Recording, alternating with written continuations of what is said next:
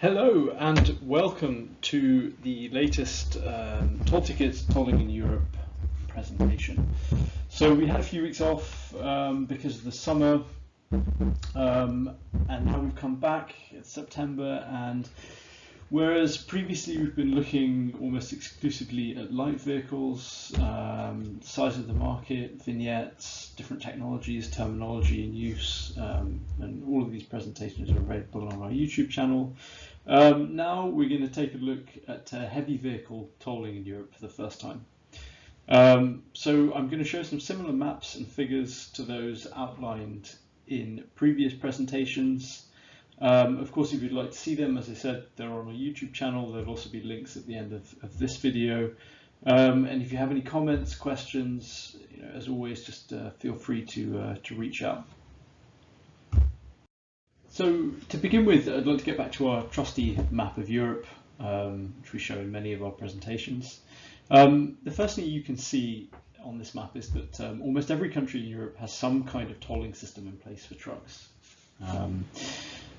This is not the case for light vehicles, as we've seen in previous presentations. In many countries, however, trucks or heavy vehicles still pay tolls along exactly the same network as light vehicles. In an all-vehicle tolling setup. These are the kind of countries that levy tolls on highways, typically at toll plazas. This is the case, for example, in places like France, Italy, Spain, and Greece. In others, there are some all-vehicle schemes where the same, say, vignette is levied across light and heavy vehicles as well. This is the case in Romania and Lithuania. Other countries levy only heavy vehicle tolls, Germany being perhaps the most famous or commonly known example. The UK also has a truck-specific nationwide vignette, which does not apply to light vehicles. And then there are also other countries like Bulgaria, for example, or Slovakia, or Slovenia, which have a truck-specific nationwide system that is only for heavier goods vehicles, but then they might also have a separate vignette system in place that only applies to light goods vehicles. Most countries use 3.5 tons as the cutoff point between light and heavy vehicles, although there are some exceptions to this, as you can see. Germany, again, still uses 7.5 tons as the cutoff point, and this is gross vehicle or permissible laden weight we're talking about. There are other countries, Denmark, Luxembourg, the Netherlands, the UK, which actually even use a higher cutoff point at 12 tons. It is expected that over time, all countries will focus on this 3.5 ton differentiator. Germany is already looking at this, has been looking at this for quite some time. Other countries as well will likely follow suit. So I would estimate that in, let's say, 5 years' time, 3.5 tons will be the sort of cutoff point between what is classified as a light and heavy goods vehicle across all of Europe at that point. And of course, it is worth pointing out, though, that 3.5 tons is really not that heavy. It's really not that big, and consequently, a lot of these schemes can also be applicable to camper vans, for example.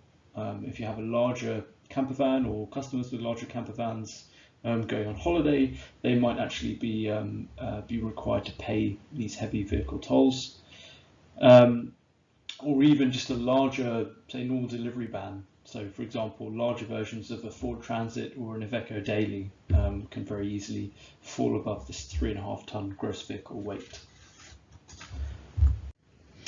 So, looking now at technology, within this overall picture of truck and all-vehicle tolling, we have a large number of countries that use the radio frequency or DSRC technology, a small device that looks like this, 6-7 centimeters across, 1 centimeter deep.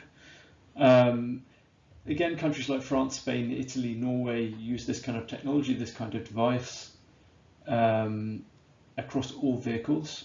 There are a few exceptions, like Austria and Slovenia, for example, which use DSRC purely for trucks and then use a vignette system for light vehicles.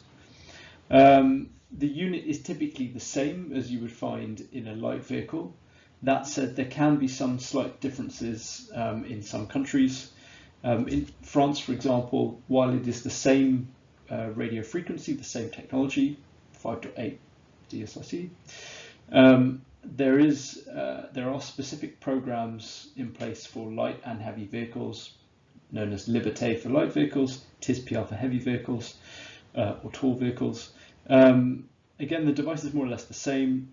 It is simply programmed slightly differently, and it also does mean that the companies who are able to provide the service are slightly different in this case. But again, if you were to go to countries like Greece or Norway, for example, it would be the same companies issuing the same device. Secondly, and increasingly, there are countries and schemes which use GNSS technology, or might be known as GPS, to charge vehicles depending more or less on the number of kilometers traveled. Some devices supplied directly by the national operator may include GNSS capability only. Other units, like this one from Toll Tickets, for example, has both GNSS and DSRC, so it can be used across multiple countries without the hassle of numerous units and numerous bills, of course. So looking at the map, you can see that the countries using GNSS are mainly clustered in the Central European region at the moment, but the number is growing and the use of this technology is increasing. Poland, I've highlighted here in both the DSRC and GNSS lists because it is actually currently transitioning from DSRC to GNSS. That's just the latest country to do that. Other countries have already made this transition, Czech Republic, for example, and we could see, we're very likely to see countries like the Netherlands, Denmark, possibly Sweden, possibly Romania, and possibly Ukraine introduce what is likely GNSS-based tolling for trucks at some point in the future. And finally, there are a much smaller number of countries still using time-based vignettes. In the light vehicle space, this is slightly more common. As I've mentioned, countries like Austria, Slovakia, Slovenia still apply vignettes and use vignettes for light vehicles. In the heavy vehicle space, it's much less common. For trucks, all countries are now using a purely digital or electronic vignette. It's worth noting, though, that 4 of these countries, Denmark, Sweden, the Netherlands, and Luxembourg, use a common e-vignette known as the Eurovignette. However, this is likely to disappear at some point in the coming years. As I mentioned, both the Netherlands and Denmark have announced plans already to introduce their own national distance-based schemes. So these would, of course, replace the existing Eurovignette. And also, some of you will notice on this slide that there are still some countries that have several schemes in place and use different technologies within the same country. Denmark and Poland are perhaps the best examples of this. In both countries, there is a national tolling scheme in place for trucks that uses either a vignette in Denmark's case, or what was a DSRC and soon be GNSS device in Poland's case. But both also have separate schemes using both DSRC in this case for bridges or specific road networks.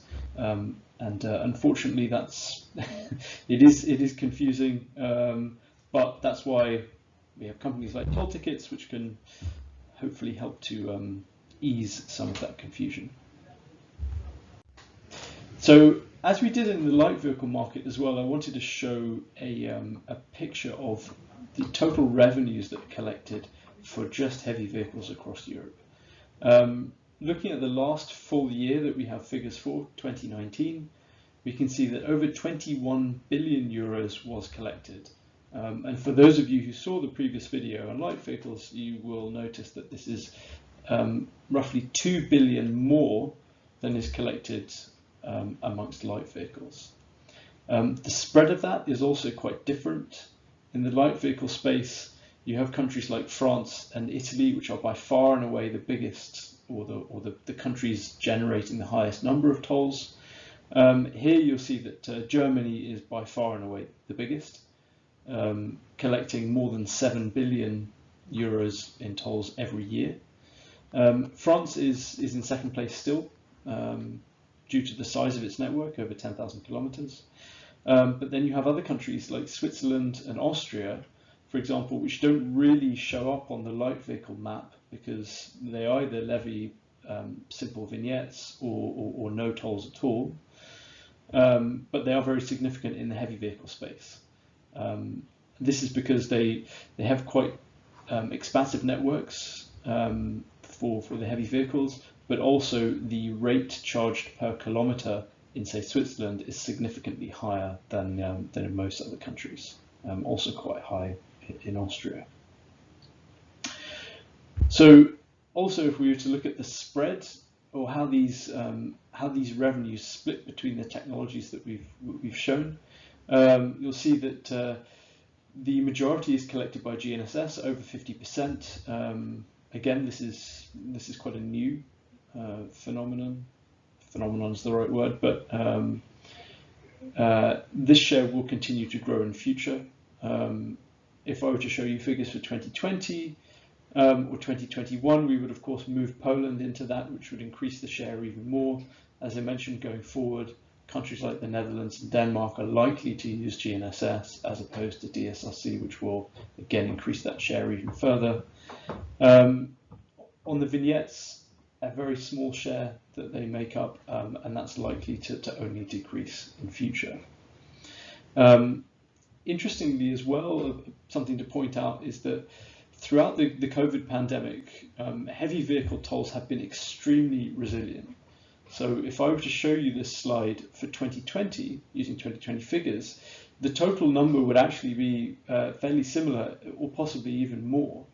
To give you a couple of examples, in the bigger domains like Germany and Austria, the revenues collected in 2020 were only 1% less for the year 2020 than they were in 2019. So 2020 being the most COVID affected year we've had, and just 1% less in that year revenues collected. Other domains like Belgium, for example, actually saw an increase of 2.6% in 2020 on 2019. So even though there were several lockdowns in Europe during that time, and significantly less individual activity, the trucking activity and tolls collected by trucks actually went up in Belgium and a lot of other countries. This was not the case for light vehicles, where many countries saw decreases of up to 40% in some cases.